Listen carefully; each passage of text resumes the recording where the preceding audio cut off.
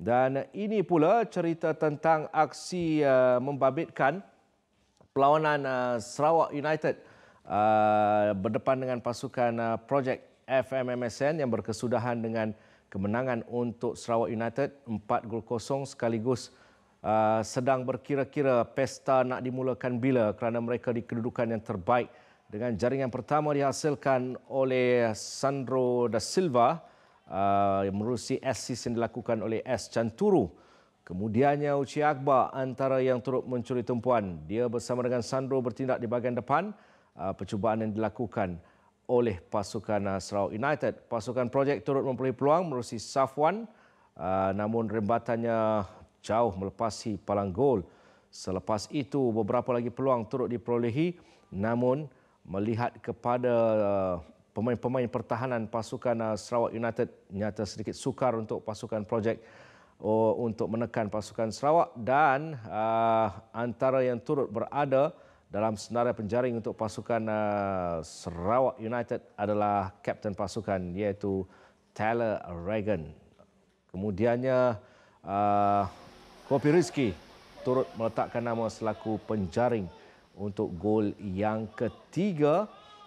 Berpunca daripada kedudukan kelang kabut di depan pintu gol sebelum Syami Izwan menghasilkan jaringan yang keempat. Okey, itu untuk projek dengan juga Sarawak United. Saya nak lihat persaingan Sarawak United ni, mereka berbaki ada satu perlawanan. So yang ikut dia Negeri Sembilan. Jadi awak pilih Negeri Sembilan ataupun Sarawak pada ketika ini? Negeri Sembilan. Negeri Sembilan? Yes. Oh. Jangan nampak sangat walaupun duduk di sini. Nampak sangat tu. Nampak sangat. Nampak sangat. Tapi sebab saya rasa depth squad yang ada pada pasukan Negeri Sembilan tu dan saya rasa mereka mampu untuk menangi pelawan dalam perlawanan terakhir nanti. Okey, persoalan juga sedang difikirkan oleh pengurusan Sarawak United. Apabila mereka berdepan dengan beberapa isu, tetapi AL Alvarasan saya rasa tenang untuk mengemudi pasukan Sarawak United ini. Apakah selepas ini, saya rasa dua saja, sama ada Sarawak ataupun Negeri Sembilan yang akan ke Liga Super. Kedudukan 1-2 di Liga Premier. Apakah skuad ini akan dikekalkan ataupun tidak kerana kebanyakan pemain-pemain yang beraksi untuk Sarawak United materialnya adalah material Liga Super. Ya, saya setuju. Dan kalau line up yang ada, macam kita bincang Negeri Sembilan dengan Sarawak, dan tentu mereka akan duduk dekat Liga Super. Awak pilih? Saya mungkin berbeza sikit, saya ambil Sarawak. Tak salah. Hidup ni kita ada pilihan.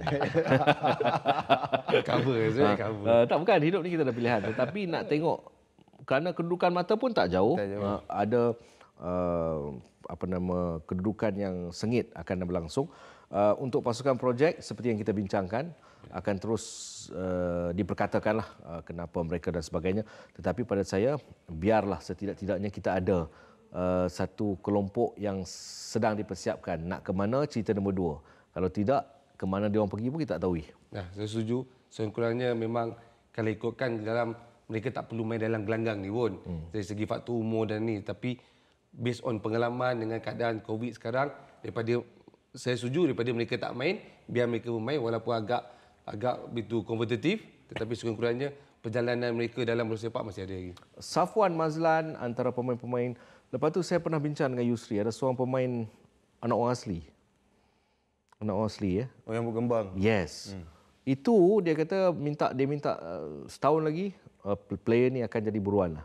So saya rasa ada petanda positif untuk pasukan ni. Ya, saya setuju sebab kalau kita lihat pengalaman tu bukan mudah untuk dibeli. Apa yang sebagai contoh perlawanan pada malam ni, ya betul mereka kalah 4-0 di atas Sarawak. Sarawak tim yang bersedia untuk main Liga Super. Tetapi pengalaman tu, apa yang perlu dilakukan, macam mana nak buat postmortem, itu mungkin pelajaran yang baik untuk pemain muda ni.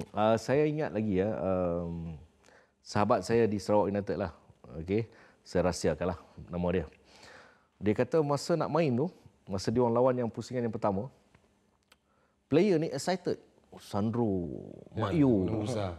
Kan? So gap dia banyak. Tetapi sebenarnya macam Syarum kata, mereka telah belajar banyak benda untuk saingan kali ini. Sandro da Silva, sememangnya sumbangan beliau untuk pasukan Selangor tempoh hari untuk pasukan Kedah sememangnya tidak dapat dinafikan. Walaupun bergelut dengan pelbagai isu membabitkan pengurusan dan juga Sandro, tetapi Sandro tetap profesional. Dia meletakkan antara, saya rasa, pemain yang kalau Liga Super nak ambil tahun depan pun tim lain pun masih relevan. Asmaul Bakiri. Ya, saya setuju. Mungkin terpaksa main di Sarawak untuk persaingan Liga Perdana itu cukup berbeza lah dari segi pengalaman Sandro sendiri. Bukan Sandro saja, begitu ramai pemain-pemain yang ada kat dalam situ. So, sekurang-kurangnya ini macam tempoh diorang refresh balik, turun ke bawah ataupun bermain dalam Liga Perdana. Tak ada banyak tekanan, tapi lebih kepada enjoy, tapi maintainkan dari segi prestasi. So kurang-kurangnya betul, kalau tahun depan naik ataupun ada offer lagi, dan mereka boleh naik lagi lah satu step. Semua department. Syabini, lepas tu Taylor Regan, lepas tu Chanturu, semua dah Gopi, experience semua. So tak ada sebab mereka tak perform untuk saingan Liga Premier. Dan sepatutnya mereka berada di level yang berbeza, mereka perlu teruskan performance mereka, dan saya rasa mereka pun dah menunjukkan apa kemampuan yang mereka ada. Seperti mana yang Fiza cakap tadi, Sandro, bagi saya Sandro seorang pemain import nombor 10 yang boleh dikata di kalangan yang terbaik dalam Malaysia ni bagi saya. Okey, kita nak lihat keputusan lain-lain perlawanan juga menarik perhatian di beberapa lokasi. Antaranya Perak dan juga pasukan PDRM yang berkesudahan dengan Perak Perak 2 tewas 3-0. Antara penjaringnya adalah Bruno Suzuki, Nabil Lapti dan juga Bruno Suzuki. Tetapi difahamkan melalui informasi yang saya perolehi, ada 2 pemain PDRM dilayangkan kad merah.